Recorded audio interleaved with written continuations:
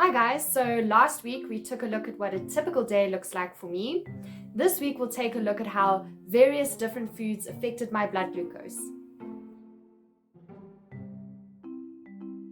Here I mixed things up a little bit and I added a banana to my morning muesli, but this did very little to change my blood glucose levels from what it usually would be if I had muesli alone.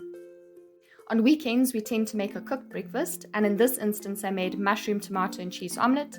It has very little carbohydrate content, so as expected, it had very little impact on my blood glucose levels.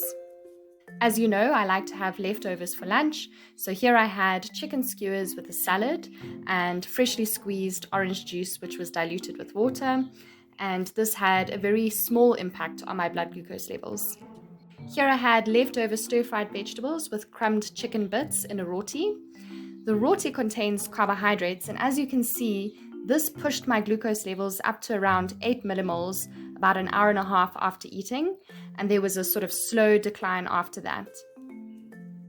A dish I don't commonly consume, but in this instance we were attending a wedding and we were already at the wedding venue and needed to have lunch beforehand, so this was what was available on the menu. As you can see, there was a steady increase all the way up to 9 millimoles per litre, and then a slow decline after that, which is likely due to the fat content of this dish. Occasionally, I like to treat myself and have a biscuit, and here I had a homemade spicy crunchy, so it was predominantly oats, and then I added in ginger and mixed spice. So this dish is surprisingly high in carbohydrates, which is reflected in how high my glucose levels went after this meal.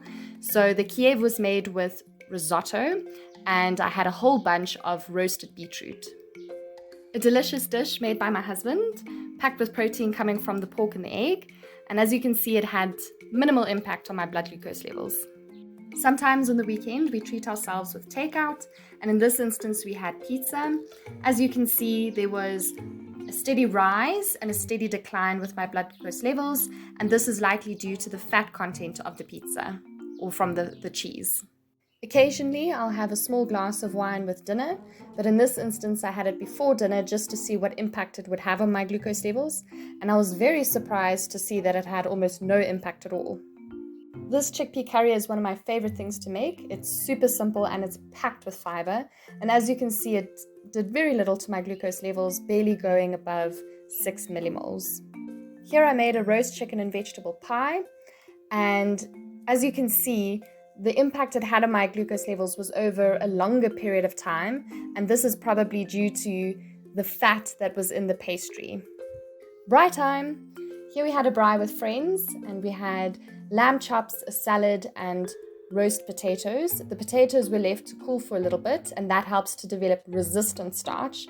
And as you can see, this meal had almost no impact on my glucose levels at all. Another delicious dish from my husband. This meal had very little carbohydrate content, and as you can see, had almost no impact on my glucose levels. Here we had a treat and went out for sushi buffet.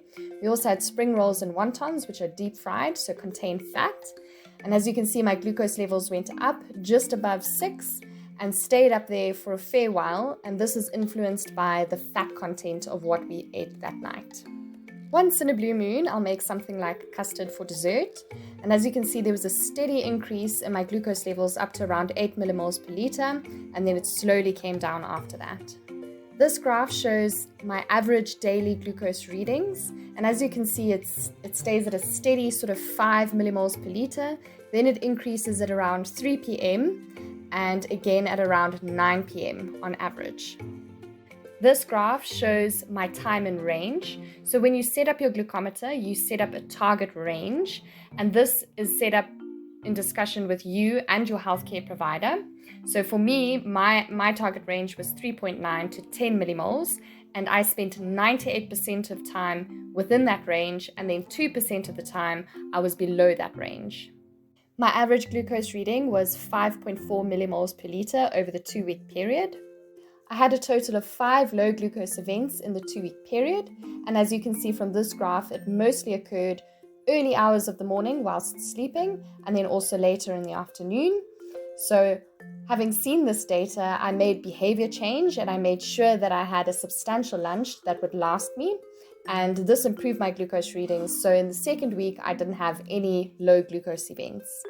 So from all of this glucose data, it was estimated that my HbA1c was 4.9%, which is considered to be good. And that sums up my glucose readings. I hope that you learned something from this. I know that I've taken some things away from it and really glad that I did this.